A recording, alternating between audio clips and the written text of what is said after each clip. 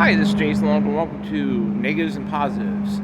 Today I'll be talking about Kevin Nash, the big sexy Diesel, Oz, Super Shredder, Master Blaster, whatever you want to call him. He's the guy that was one of the founding members of the NWO, and before that he was considered one of the longest reigning champions in WWF history as Diesel, although seriously, though, he didn't really draw a dime as champion. But for argument's sake, for as long as he holds the belt, he's probably one of the longest reigns out there. Kevin Nash is the type of guy that, when you talk to him, talk about wrestling, about anything that's cool stuff with him, anything that's, entertainment, sports related, he seems like a great guy to talk to about things, have discussions and everything. But when it comes to everything political, though, he seems on the, let's just say he's on the very left wing, if you know what I mean. Myself, I consider myself in some ways a liberal, but in some ways conservative. Really, it depends more on the issue than obviously the person I voted for, so it depends on what my issues are. And like Kevin Nash, I also did vote for Kamala Harris and Tim Walz for the campaign for the 2024 campaign because of mainly because of Tim's son Gus Malls being autistic like I am. But the thing about it is though is either way you're gonna have half America getting mad that one of their guys didn't make or half America going nuts because half their guys did make it as being the runner for presidency.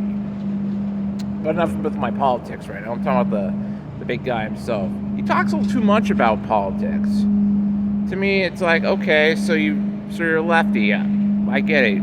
Have your political views, great, but when I'm listening to a podcast, I want to hear about your stories on wrestling or what was going on when you were WWF, WCW, or TNA or whatever.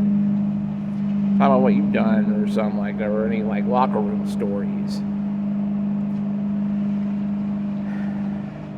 But I do have to give Kevin Nash some grief about that. I'm sorry about his loss of his son Tristan and his best friend Scott Hall.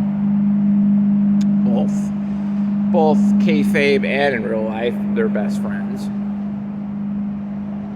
So I'll miss them, and I'll always think about them every time I would watch an old match on wrestling or old segment or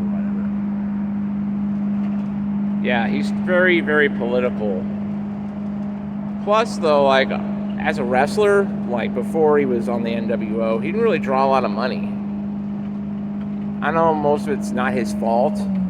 It's because McMahon was under a lot of pressure for being from the steroid trial, and that's why you don't see guys like Hulk Hogan, Ultimate Warrior, that much. Hogan went to the other side of WCW while Ultimate Warrior was fired and had his own federation. That didn't last too long. Yeah. I also like him in cameo roles. I also liked him as Super Shredder in Teenage Mutant Ninja Turtles 2: The Secret of the Ooze. He's also great as the angry Russian in The Punisher when he had that fight scene with Tom Jane. That's awesome. I also liked him in The Longest Yard and Grandma's Boy. So he's a good supporting actor. If you want a heavy in your movie or a heavy that makes quips and jokes, he's your guy. So I like him on that aspect. But on the other aspect, he just seems he's ever since his son, his best friend died, to go off in space.